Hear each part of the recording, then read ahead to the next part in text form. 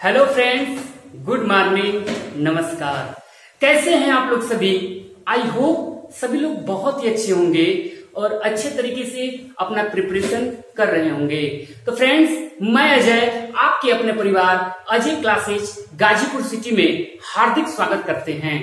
Friends, हम आपके बीच में आए हैं अपने चैनल के माध्यम से। जैसा कि आप लोगों ने कल देखा था, मोहम्मद मुर्शिद सर जो एमएच इंटर कॉलेज के टीचर हमारे चैनल के साथ जुड़े, बहुत ही खुशी हुई और ऐसे ही प्यार मिल रहा है। तो फ्रेंड्स, चलिए फ्रेंड्स, इसी के कारवां को हम लोग आगे बढ़ाते हैं और आप लोगों के बीच में मैं लेके आया हूं बहुत ही सुंदर सा टॉपिक, कॉन्स्टिट्यूशन एंड पॉलिटी, संविधान और राज व्यवस्था। जी हाँ फ्रेंड्स, जनरल स्टडीज अर्थात सामान्य अध्ययन की बहुत ही जबरदस्त टॉपिक है कॉन्स्टिट्यूशन एंड पॉलिटी। कॉन्स्टिट्यूशन को जब हम लोग स्टार्ट करते हैं, जो हम अपने भारतीय संविधान को स्टार्ट करते हैं, तो फ्रेंड्स सबसे बड़ी बात ये होती है कि इस टॉपिक को, इस सेक्शन को पढ़ने का फायदा क्या है, यूजफुल क्या है। तो फ्रेंड्स, आप कोई भी एग्जाम, ऑल कॉम्पिटिटिव एग्जामिनेशन आप जो देंगे, वो सभी एग्जामिनेशन में जो ये पोर्शन होता है, जो कॉन्स्टिट्यूशन एंड पॉलिटी का जो पोर्शन होता है, ये बहुत संख्या में क्वेश्चनों का जो है पुटअप करते हैं जो एग्जाम सेटर होते हैं। जैसा कि आप जानते होंगे, अभी जो है 9,500 के आसपास यूपीएसआई अर्थात सब इंस्पेक्टर की वैकेंसी, यूपी लेखपाल, टेट, सीटेट इत्यादि एग्जामों में जो है लोअर पीसीएस, जूनियर असिस्टेंट इत्यादि एग्जामिनेशन में इसका पोर्शन बहुत ज्यादा मात्रा में पूछता है फ्रेंड्स। तो फ्रेंड्स, हम आप लोगों के बीच में इसका जो है फुल डिस्कशन करेंगे। बात ये होगी कि हम लोग जो कॉन्स्टिट्यूशन एंड पॉलिटी को पढ़ा कैसे जाएगा। तो फ्रेंड्स, हम लोगों का ये जो पढ़ने का तरीका होगा, जो इसका एक तरीका होता है, बहुत ही अच्छे तरीके से एकदम जो है क्या है, बॉटम से लेके डेप्थ तक, एकदम डेप्थ तक, गहराई तक हम लोग पढ़ेंगे फ्रेंड्स। यहां तक कि हम लोग पीसीएस से लेके लोअर पीसीएस, जूनियर असिस्टेंट इत्यादि बड़े बड़े एग्जामिनेशन जो कथन टाइप के क्वेश्चन जो पूछते हैं, वहां तक को हम लोग जो है टच करने वाले हैं फ्रेंड्स। तो फ्रेंड्स, ये पूरा का पूरा वीडियो जरूर देख के जाइएगा। बीच में से आप अगर जाते हैं तो आपको इस वीडियो की क्वालिटी समझ में नहीं आएगी। हम भारतीय संविधान के बारे में बहुत ही अच्छे तरीके से परिचर्चा आपके माध्यम से जुड़ के कर रहे हैं। तो आइए फ्रेंड्स, स्टार्ट करते हैं। फ्रेंड्स, कोई भी सब्जेक्ट हो, कोई भी सेक्शन हो, उसको पढ़ने से पहले उसके सिलेबस को डिस्कशन करना होता है। सिलेबस क्यों इंपॉर्टेंट है, क्यों महत्वपूर्ण है? तो हमें ये पता चलता है कि इसका ओवरव्यू क्या है, इसमें मतलब है क्या। जो आप पूरा का पूरा ये संविधान को पढ़ेंगे तो इसमें हम लोगों को सीखना क्या है, इसमें हम लोगों को जानना क्या है, इसमें हम लोगों को पढ़ना क्या है, ये ऑल ओवर सभी चीजें हम लोगों को पता चलती है। किससे? सिलेबस से। तो फर्स्ट प्रायोरिटी होती है किसी भी एग्जामिनेशन की कि उसके सिलेबस को पहले समझा जाए, उसका सिलेबस क्या है, उसका पाठ्यक्रम क्या है। तो आइए फ्रेंड्स, हम लोग पहली नजर डालते हैं पाठ्यक्रम पे, सिलेबस पे। तो भारतीय संविधान की कॉन्स्टिट्यूशन एंड पॉलिटी की सबसे जबरदस्त चीजें ये है कि मेकिंग ऑफ द कॉन्स्टिट्यूशन, बहुत जबरदस्त बात है friends. Making of the constitution अर्थात संविधान का निर्माण कैसे हुआ। इतना बड़ा संविधान, भारत का जो संविधान है वो पूरे विश्व का सबसे बड़ा संविधान है फ्रेंड्स। हम बात करेंगे इतने बड़े संविधान का निर्माण कैसे हुआ, making of the constitution, Bharat का जो संविधान हुआ वो बना कैसे, उसका निर्माण कैसे हुआ। जैसा कि आप लोग सभी लोग जानते होंगे, हमारा जो ये भारत देश था, ये बहुत विगत कई वर्षों तक ये क्या था, इंग्लैंड के अधीन था, गुलाम था। जैसे आप जानते होंगे 1600 ईस्वी में जब ईस्ट इंडिया कंपनी आई, ईस्ट इंडिया कंपनी ने अपना यहाँ पे व्यापार करने के माध्यम से धीरे धीरे क्या किया, व्यापार किया। उसके बाद बहुत सारी जो है एक्ट पारित हुए, जो हम लोग भारत के संविधान के इतिहास को पढ़ेंगे।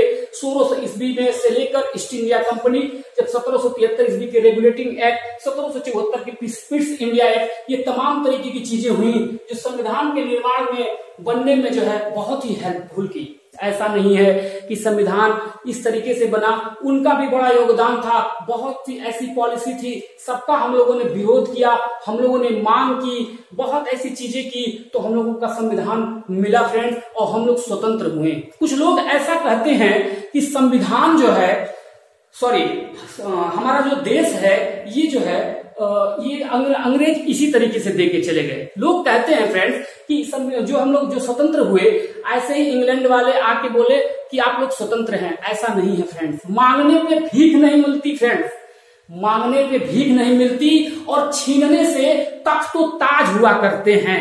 आप जानते होंगे, मांगने से कोई भीख नहीं मिलती, अगर आप छीन लेंगे तो तख्त तो ताज आपके माथे पे मस्तक होगा। उसी तरीके से हम लोगों ने आजादी भी, भारत का एक इतिहास है फ्रेंड्स, आप जानते होंगे कि भारत का जो ये हम लोग स्वतंत्र हुए, तो ये इतिहास है पूरे विश्व के लिए, 193 देश के लिए, कि जो यूनाइटेड नेशन में वर्डित है उनके माध्यम से मैं बोल रहा हूं कि 193 देशों में भारत ही ऐसा देश है जो गुलामी भी दस्तावेज पे सिग्नेचर करके लिया, और गुलामी भी दस्तावेज पर सिग्नेचर करके लिया, और आजादी भी सिग्नेचर करके लिया है फ्रेंड्स, दस्तावेजों पे सिग्नेचर करके लिया है। कोई लोग इसी तरीके से नहीं कह देते हैं कि भारत का संविधान, भारत जो है स्वतंत्र हुआ, भारत स्वतंत्र नहीं हुआ, भारत अपने आजादी को छीना है। चलिए फ्रेंड्स, बात करेंगे आगे, लिमिट समय है, हम लोग जब आगे पढ़ेंगे तो बहुत ही अच्छे तरीके से डिटेल्स हम लोग पढ़ेंगे फ्रेंड्स। आपको एग्जाम ओरिएंटेड 100% श्योरिटी के साथ मैं देता हूं, बहुत ही जबरदस्त तरीके से कॉन्स्टिट्यूशन आपको जो है बताया जाएगा। आप हमारे यहाँ जितने भी बड़े छोटे हमारे प्यारे भाई, आप सभी लोगों को नमस्कार प्रणाम करते हैं। आइए फ्रेंड्स, दूसरा जो हमारा पोर्शन होगा सिलेबस का, पाठ्यक्रम का दूसरा जो पोर्शन के हम लोग डिस्कशन करेंगे, सोर्स ऑफ द कॉन्स्टिट्यूशन, संविधान के स्रोत। कुछ लोगों की बात मैं करूंगा, हमेशा करूंगा फ्रेंड्स, क्योंकि कुछ लोग कहा करते हैं कि आपके संविधान, भारत का संविधान उधार का थैला है। अरे फ्रेंड्स, उधार का थैला कहते हैं क्योंकि ये संविधान के बहुत ऐसी चीजें हैं जो अन्य देशों से ली गई है। मैं उनको अपने शब्दों में जवाब देना चाहता हूं कि उधार भी ऐसी चीजों से नहीं की गई है।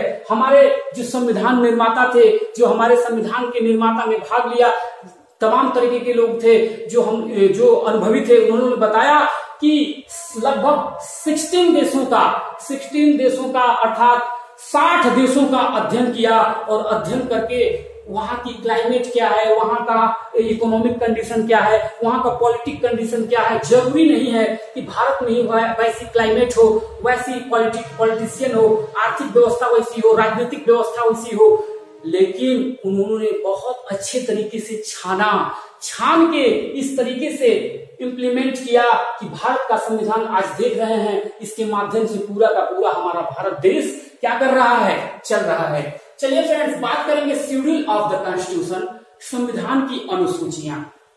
ये शेड्यूल्स क्या हैं? आप जिस प्रकार आप जानते होंगे, भारतीय संविधान में 22 भाग, 12 अनुसूचियां, अब जो है वर्तमान में 12 अनुसूचियां हैं, और लगभग 395 अनुच्छेद वर्णित है संविधान में।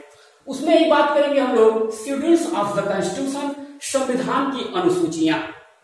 फ्रेंड्स, ये संविधान की अनुसूचियां क्या हैं, इसके बारे में हम लोग चर्चा करेंगे।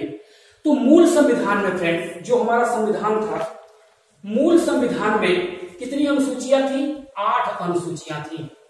जब हमारा संविधान 26 नवंबर 1949 ईस्वी को तैयार हुआ, तो हमारे 26 नवंबर 1949 ईस्वी में जो अनुसूचियों की संख्या थी, कितनी थी? तो 8 अनुसूचियां थी। वर्तमान की बात करेंगे तो अब जो है 12 अनुसूचियां हैं। तो ये 12 अनुसूचियां कैसे हैं फ्रेंड्स? 12 अनुसूचियों की बात करेंगे तो ये जो 9वां शेड्यूल देख रहे हैं, जो 9वां शेड्यूल जुड़ा हुआ है, ये नेहरू जी की सरकार हुआ करती थी। नेहरू जी की सरकार ने क्या किया? नियम अधिनियम, क्या है? 9वां जो है अनुसूची में नियम अधिनियम का इंप्लीमेंट करते हैं।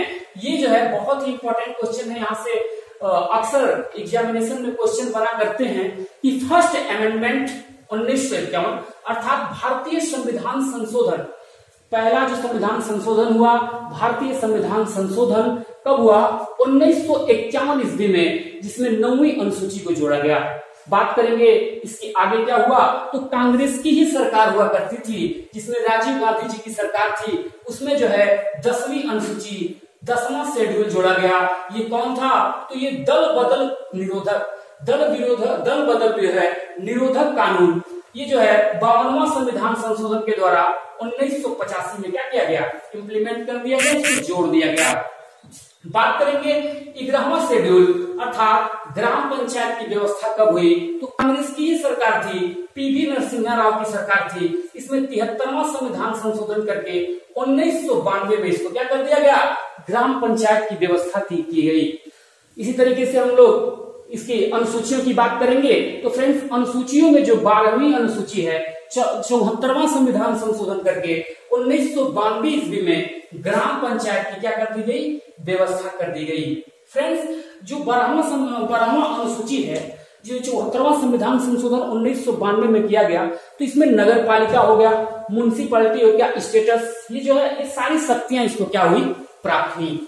फ्रेंड्स, सबसे बड़ी जो है हम बात करने जा रहे हैं आगे जो सिलेबस होगा, preamble of the constitution, Bharat की प्रस्तावना बहुत ही इंपॉर्टेंट है फ्रेंड्स। कहा जाता है कि संविधान को आप मत पढ़िए, संविधान को अगर कोई दूसरा व्यक्ति मतलब वही विदेश से कोई व्यक्ति आता है तो उससे कहा जाता है कि आप आके पूरे संविधान का अध्ययन मत करिए, आप सिर्फ संविधान की प्रियम्बल को अर्थात प्रस्तावना को पढ़ लीजिए, आपको पूरा का पूरा संविधान का क्या हो जाएगा? पता चल जाएगा। इसीलिए फ्रेंड्स, प्रियम्बल जो है ये बहुत ही इंपॉर्टेंट है। आगे हम लोग बहुत ही डेप्थ में बहुत ही बढ़िया तरीके से डिस्कशन करने वाले हैं फ्रेंड्स, तो जुड़े रहिएगा वीडियो के लास्ट तक, आपको कुछ ना कुछ एक्स्ट्रा नॉलेज तो मिलेगा फ्रेंड्स, ये तो मैं 100% श्योरिटी के साथ बता रहा हूं। प्रियम्बल की बात करेंगे, प्रस्तावना की बात करेंगे, तो preamble of the constitution, Bharat की प्रस्तावना। कहा जाता है कि प्रस्तावना जो है संविधान की कुंजी है, तो संविधान जो है ये सोल है, मतलब कि संविधान की सोल भी कहा जाता है, अर्थात आत्मा है, कुंजी है, हार्ट है, यहाँ तक कि ये संविधान की क्या है? हार्ट है, दिल है। अगर आगे हम बात करेंगे प्रियम्बल की, तो इसमें बहुत सारे इंपॉर्टेंट क्वेश्चन बनेंगे, डेप्थ में जाएंगे तो हमें पता चलेगा कि बेरूबारीवाद हुआ, इसके डेप्थ में हम लोग जाएंगे तो हमें पता चलेगा कि क्या बोलते हैं, बेरूबारी गोपाल वाला हुआ, बनाम भारत संघ हो गया। फिर जो है आगे इसी तरीके से बहुत सारे वाद हुए, उनको हम लोग चर्चा करेंगे आगे। संविधान के व्याख्याता, जो संविधान के व्याख्याता हैं, इसका चर्चा करते हैं, बताते हैं। जो ये संविधान के जो व्याख्याता की बात करेंगे, सुप्रीम कोर्ट जो है ये संविधान का इंटरप्रेट करता है, तो ये भारतीय संविधान की प्रस्तावना से ही क्या करता है? सुप्रीम कोर्ट भी इसका क्या करता है? इंटरप्रेट करता है, अर्थात प्रस्तावना इतना इंपॉर्टेंट है फ्रेंड्स, आपको समझ में आएगा जब हम इसके आगे डिस्कशन करेंगे। चलिए फ्रेंड्स, ये हो गया प्रियम्बल, प्रस्तावना। उसके बाद हम लोगों का जो आगे का सिलेबस होगा, union and it's territories. Union and it's territories अर्थात संघ और उसके राज्य क्षेत्र। जी हाँ फ्रेंड्स, तो भारत का संघ क्या है, उसके राज्य क्षेत्र कितने में फैले हुए हैं। एक इंपॉर्टेंट इंफॉर्मेशन सर आपको बता दें आप सभी लोगों को कि भारत में जो है कितने राज्य, कितने केंद्र शासित प्रदेश हैं, तो इंपॉर्टेंट है, अभी दिमाग में आगे तो बता देते हैं फ्रेंड्स। अभी भारत में जो है 28 राज्य, कितने राज्य? 28 राज्य, और कितने केंद्र शासित प्रदेश? तो 8 केंद्र शासित प्रदेश हैं। कुछ लोगों को डाउट इस बात का होगा कि 9 हुआ करते थे तो 8 कैसे हो गए हैं, इस बात करेंगे। 9 थे मतलब अभी जम्मू कश्मीर, पहले तो 7 हुआ करते थे। यूनियन टेरिटरी की बात कर रहे हैं फ्रेंड्स, और ये स्टेट है। यूनियन टेरिटरी की बात करेंगे तो यूनियन टेरिटरी अर्थात जो है पहले राज्य इतना हुआ करते थे और केंद्र शासित प्रदेश 7 हुआ करते थे। तो जम्मू कश्मीर अधिनियम जो अभी जम्मू कश्मीर के यहाँ से हटा के लद्दाख बनाया गया है, तो यूनियन टेरिटरी की संख्या 9 हो गई। लेकिन फिर अब जो है 8 है, दमन और दीव और दादर नगर हवेली को मिला दिया गया है, तो 28 राज्य और 8 केंद्र शासित प्रदेश हैं। तो हम लोग यूनियन एंड इट्स टेरिटरी की बात करेंगे, संघ और उसके राज्य क्षेत्र की बात करेंगे। ये कहाँ होगा? तो ये भाग 1 में होगा, और यहीं से संविधान का क्या होगा? स्टार्ट होगा। संविधान भाग 1 से स्टार्ट होगा, और हम लोग संघ एवं उसके राज्य क्षेत्र अनुच्छेद 1 से लेके 4 तक हम लोग इसका फुल डिस्कशन करेंगे कि अनुच्छेद 1 में क्या है, अनुच्छेद 2 में क्या है, अनुच्छेद 3 में क्या है। पूरा का पूरा फ्रेंड्स, पूरा का पूरा आर्टिकल पूरा का पूरा अनुच्छेद आपको क्लास में स्टार्ट होगा। आप सिर्फ वीडियो के साथ बने रहिएगा फ्रेंड। चलिए फ्रेंड आगे बात करते हैं सिटीजनशिप, नागरिकता। नागरिकता क्या है, कैसे हम लोगों को नागरिकता प्राप्त है। नागरिकता जो है भाग 2 में अनुच्छेद 5 से 11 तक इसका वर्णन किया गया है। अनुच्छेद 5 से 11 तक हम लोग देखते हैं कि क्या है, नागरिकता है। आप जानते होंगे भारत में सिंगल सिटीजनशिप है, अर्थात भारत में एकल नागरिकता है। बात करेंगे कि ड्यूअल नागरिकता क्या भारत में लगी है, तो जी हाँ फ्रेंड्स, आपको हम बताते हैं। ड्यूअल नागरिकता, ड्यूअल सिटीजनशिप कब हुआ था, तो पहली बार में अटल बिहारी वाजपेयी की सरकार हुआ करती थी। कब, 2003 ईस्वी में। तो पहली बार ड्यूअल सिटीजनशिप अर्थात दोहरी नागरिकता का प्रावधान हुआ था। लेकिन अभी क्या है कि तुरंत कब मनमोहन सरकार 2005 में आते हैं, 2005 में मनमोहन सरकार बनती है और फिर से जो है सिंगल सिटीजनशिप अर्थात एकल नागरिकता का प्रावधान हो जाता है। फ्रेंड्स आगे सिलेबस में हम लोग डिस्कस करेंगे फंडामेंटल राइट। फंडामेंटल राइट बहुत ही ज्यादा इंपॉर्टेंट है, इससे लगभग बहुत सारे क्वेश्चन बनते हैं फ्रेंड, बहुत सारे क्वेश्चन कि हम लोगों को राइट क्या है, हम लोगों को अधिकार क्या है। तो फंडामेंटल राइट, मूल अधिकार, मौलिक अधिकार क्या है हम लोगों को, तो ये हम लोग भाग 3 में इसकी चर्चा करेंगे। इसका जो है आर्टिकल अनुच्छेद 12 से लेकर 35 तक इसके बारे में चर्चा की गई है। अनुच्छेद 12 से लेकर 35 तक हम लोग अपने राइट के बारे में पढ़ेंगे। ये बहुत इंपॉर्टेंट है और प्रत्येक व्यक्ति को अपने फंडामेंटल राइट को जानना बहुत ही जरूरी है फ्रेंड्स। चलिए फ्रेंड्स, इसके बाद हम लोग बात करेंगे बहुत ही इंपॉर्टेंट डीपीएसपी। जी हाँ फ्रेंड्स, डीपीएसपी अर्थात direct principle and state policy. Direct principle and state policy ये कहाँ है, तो ये अनुच्छेद 36 से लेकर 51 में है। इसकी भी हम लोग बात करेंगे, बहुत ही इंपॉर्टेंट यहाँ से बनेंगे क्वेश्चन। उसके बाद अगला सिलेबस होगा फंडामेंटल ड्यूटीज। फंडामेंटल ड्यूटीज क्या है, मतलब ये ड्यूटी सब तो भारत के मूल संविधान में था ही नहीं, इसको बोलते हैं हिंदी में मूल कर्तव्य। आपके मूल कर्तव्य क्या है, तो मूल संविधान में जो है इसको सेपरेट ड्यूटीज की व्यवस्था नहीं थी। मतलब ये ड्यूटी की जो व्यवस्था थी ये भारतीय के जो मूल संविधान था, जो 26 नवंबर 1949 तक जो ये मूल संविधान को माना जाता है कि 26 नवंबर 1949 तक मूल संविधान था, उसमें कोई ड्यूटीज की व्यवस्था नहीं थी, अर्थात उसमें फंडामेंटल ड्यूटीज नहीं था, मूल कर्तव्य नहीं था। इसको कब क्या किया गया, तो बहुत ही ज्यादा इंपॉर्टेंट क्वेश्चन, बहुत ही ज्यादा इंपॉर्टेंट क्वेश्चन है कि फंडामेंटल ड्यूटीज को 42वां संविधान संशोधन 1976, ये आप देख रहे होंगे फ्रेंड्स, इसको आज सिलेबस में ही हम लोग जान जाएंगे कि 42वां संविधान संशोधन 1976, ये इसको मिनी संविधान भी कहते हैं फ्रेंड्स। बहुत सारे जितने भी अमेंडमेंट हुए, जितने भी संविधान संशोधन हुए, उसमें सबसे ज्यादा संशोधन का प्रावधान किया गया था, तो किसमें, 42वां संविधान संशोधन 1976 के द्वारा। तो फ्रेंड्स इसमें जो ड्यूटीज थी, फंडामेंटल ड्यूटीज में क्या संशोधन किया गया, तो इंदिरा की सरकार थी, इंदिरा गांधी जी की क्या थी, सरकार थी, उसमें ड्यूटीज की व्यवस्था किया। उसमें क्या हुआ, किसकी अध्यक्षता में, तो स्वर्ण सिंह समिति। जी हाँ फ्रेंड्स, आप नाम सुने होंगे, उन्हीं की अध्यक्षता में, स्वर्ण सिंह समिति की अध्यक्षता में ड्यूटी की क्या हुई, स्थापना हुई। मतलब कि फंडामेंटल ड्यूटीज जो है मौलिक कर्तव्य भी बोलते हैं, मूल कर्तव्य भी बोलते हैं। तो मूल कर्तव्यों की संख्या पहले 10 हुआ करती थी। जब 42वां संविधान संशोधन 1976 के द्वारा जब इसको क्या किया गया, जब ये मूल संविधान में तो था नहीं, इसको जब जोड़ा गया तो मूल कर्तव्य जो थे वो कितने थे, 10 थे, अर्थात इनकी संख्या कितनी थी, 10 थी। लेकिन अब की बात करेंगे, इस समय फिलहाल में वर्तमान की बात करेंगे, तो मौलिक कर्तव्यों की संख्या कितनी हो गई है, तो मौलिक कर्तव्यों की संख्या 11 हो गई है।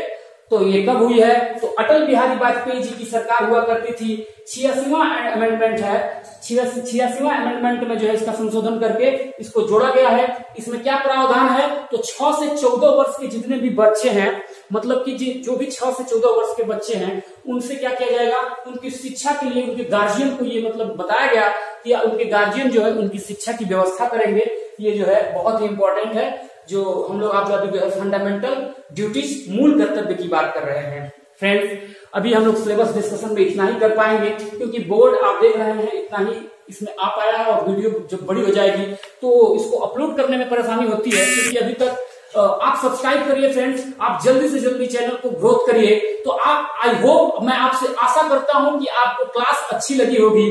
फ्रेंड्स, आप लोगों से ये नम्र निवेदन मैं करता हूं कि आप कमेंट बॉक्स में प्रतिक्रिया दीजिए, कुछ सुधार करना उसके बारे में बताइए। और फ्रेंड्स, आपके ही सुझावों से, आपके ही सिस्टम से हम लोग इसमें कुछ संशोधन करेंगे, जिस तरीके से संविधान में संशोधन होता है। तो फ्रेंड्स, फिर मिलेंगे अगले वीडियो में सिलेबस के और डिस्कशन के साथ। वीडियो अच्छी लगी हो तो लाइक करिए, चैनल को सब्सक्राइब करिए। अजय क्लासेस गाजीपुर आपके साथ हमेशा बना रहेगा। तो बहुत बहुत धन्यवाद friends, thank you so much.